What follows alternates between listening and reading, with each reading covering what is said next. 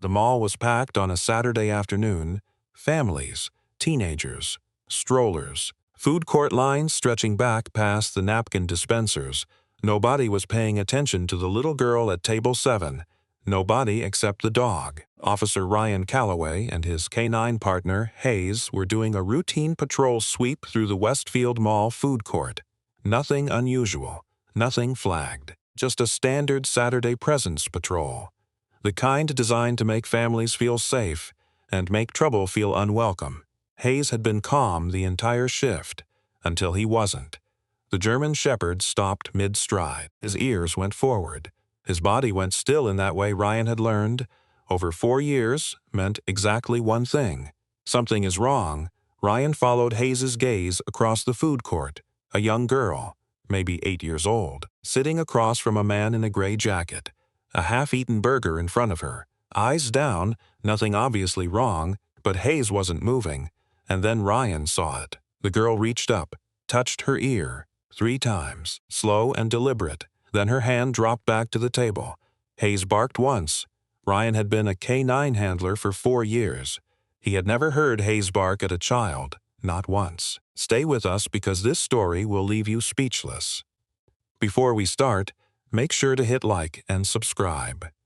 And really, I'm curious, where are you watching from? Drop your country name in the comments. I love seeing how far our stories travel. Officer Ryan Calloway had been working mall patrols with Hayes for 4 years. 4 years of Saturday crowds, holiday rushes, shoplifting calls, and the occasional disturbance near the food court.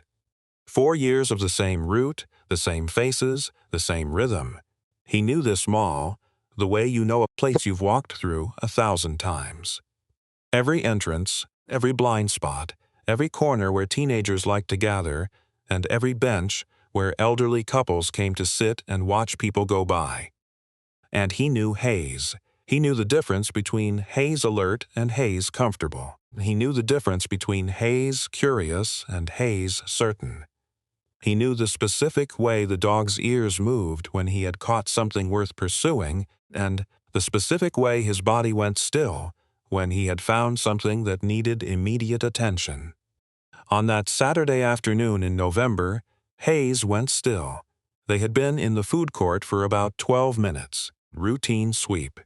Ryan kept his pace steady, eyes moving across the space the way he had trained himself to, not staring at any one person, just taking in the whole picture.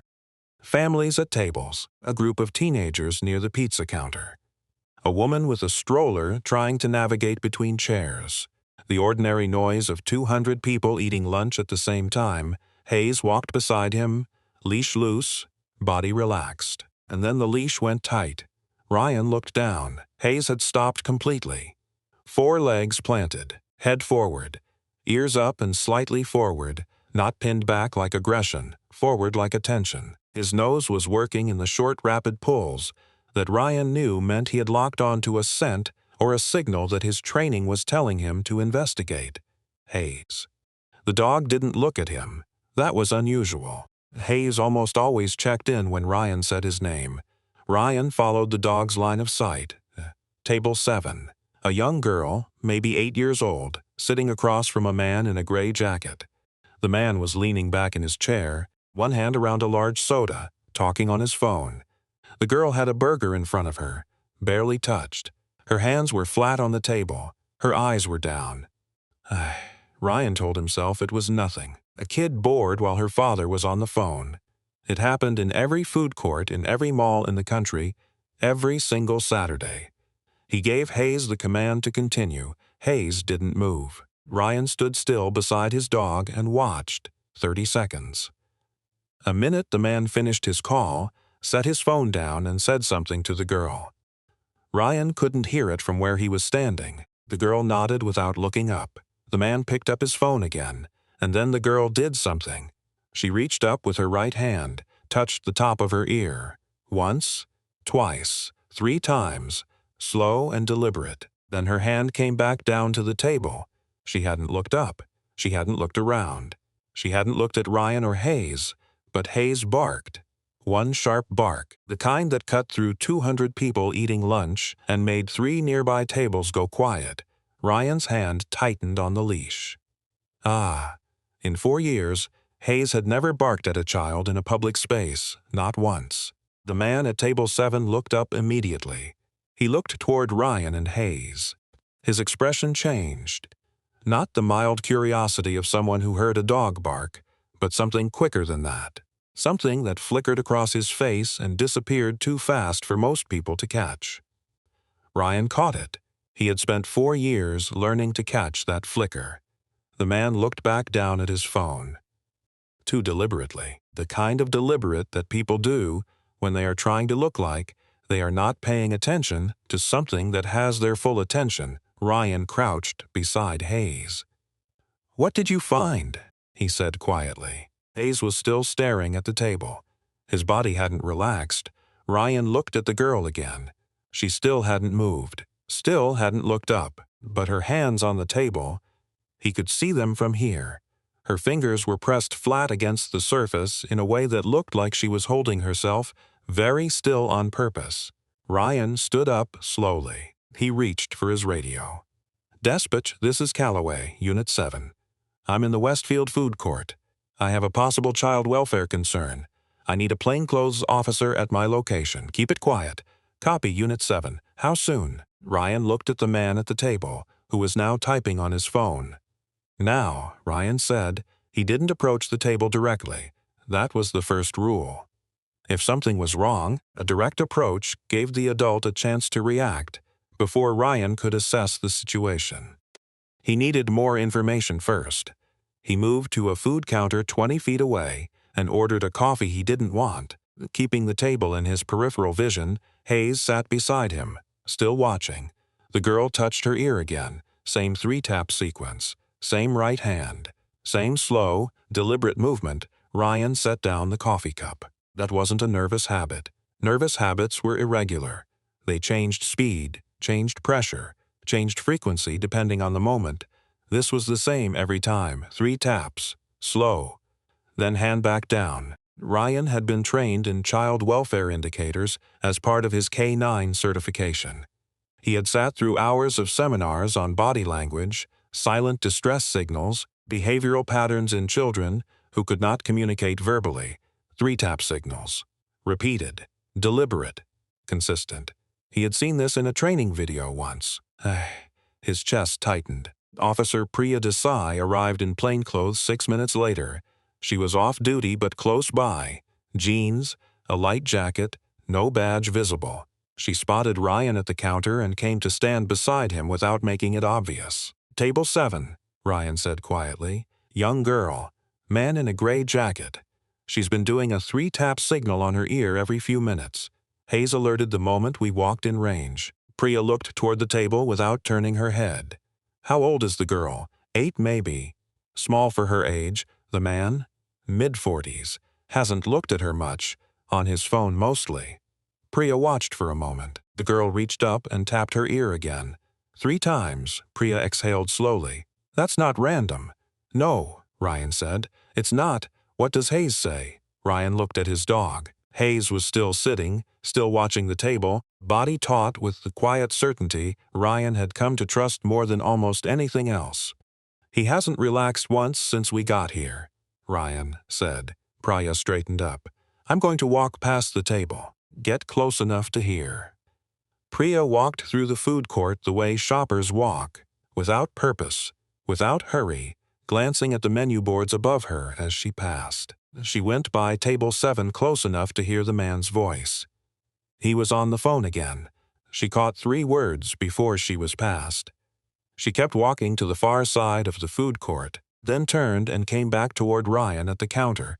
Her face had changed. "He's not her father," she said. Ryan looked at her. "How do you know?" "That he told whoever he was talking to that he'd have the package at the drop by tonight." Then he looked at the girl. Priya's voice was very flat, very controlled. "She's the package." Ryan's hand was already on his radio. 2 more units arrived within 4 minutes. Ryan approached the table directly, Hayes beside him. The man looked up. That flicker crossed his face again, faster this time, and then he stood up. "Sir," Ryan said, "can I speak with you for a moment?" "We're just finishing up," the man said. His voice was too calm. "Come on, sweetheart." He reached for the girl's arm. Hayes stepped forward. Not lunging, not aggressive. Just stepped forward and stood between the man's reaching hand and the girl. Completely still. Eyes up. The man froze. Ryan kept his voice level. "Sir, stay where you are." The man looked at Hayes. Hayes looked back at him. The man sat down. Ryan crouched in front of the girl. She was still looking at the table. Her hands were still flat on the surface. "Hey," Ryan said quietly. "My name is Ryan. That's Hayes. He wanted to come say hello to you. Is that okay?" The girl didn't look up. Hayes moved forward gently and pressed his nose against the edge of the table. Then he made a soft sound, not a bark, not a growl, just a quiet sound, and sat down directly beside the girl's chair. The girl's hands moved. Slowly, carefully, she reached over and placed one hand on top of Hayes's head. She still didn't look up, but her shoulders dropped half an inch. Ryan kept his voice very soft. "Are you okay?" The girl's fingers pressed gently into Hayes's fur. Then she shook her head just once, but once was enough. The man was detained within the next 2 minutes. He gave 3 different names before the 4th one matched a record. The girl, whose real name was not released to the press, had been reported missing from a town in Tennessee 9 days earlier. She was 8 years old. She had been taken from a park 2 blocks from her school. She had not spoken a single word in the food court, but she had tapped her ear 3 times, slow, deliberate. It was a signal her mother had taught her when she was 5 years old. A secret signal, the kind of simple code that parents sometimes teach children without really believing it will ever need to be used. If you are ever somewhere and you cannot say you need help out loud, tap your ear 3 times. Someone will see. Her mother had known if anyone would ever see. Hayes had seen. Ryan gave one interview 3 weeks later. The reporter asked him what made him stop at table 7 when nothing was obviously wrong. Ryan thought about it for a moment. "I didn't stop," he said. "Hayes stopped. I just paid attention to my dog."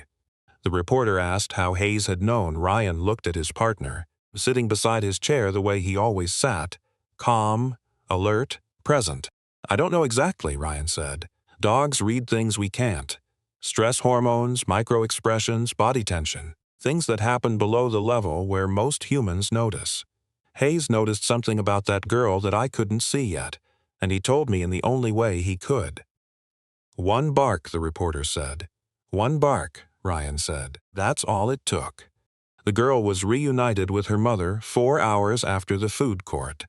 The footage of that reunion was not released publicly, at the family's request. But the officer who was present said it was the quietest reunion he had ever witnessed. No screaming, no collapse, no dramatic moment, just a mother and a daughter standing together in a hospital corridor, and the girl, who had not spoken a single word in 9 days, saying one thing.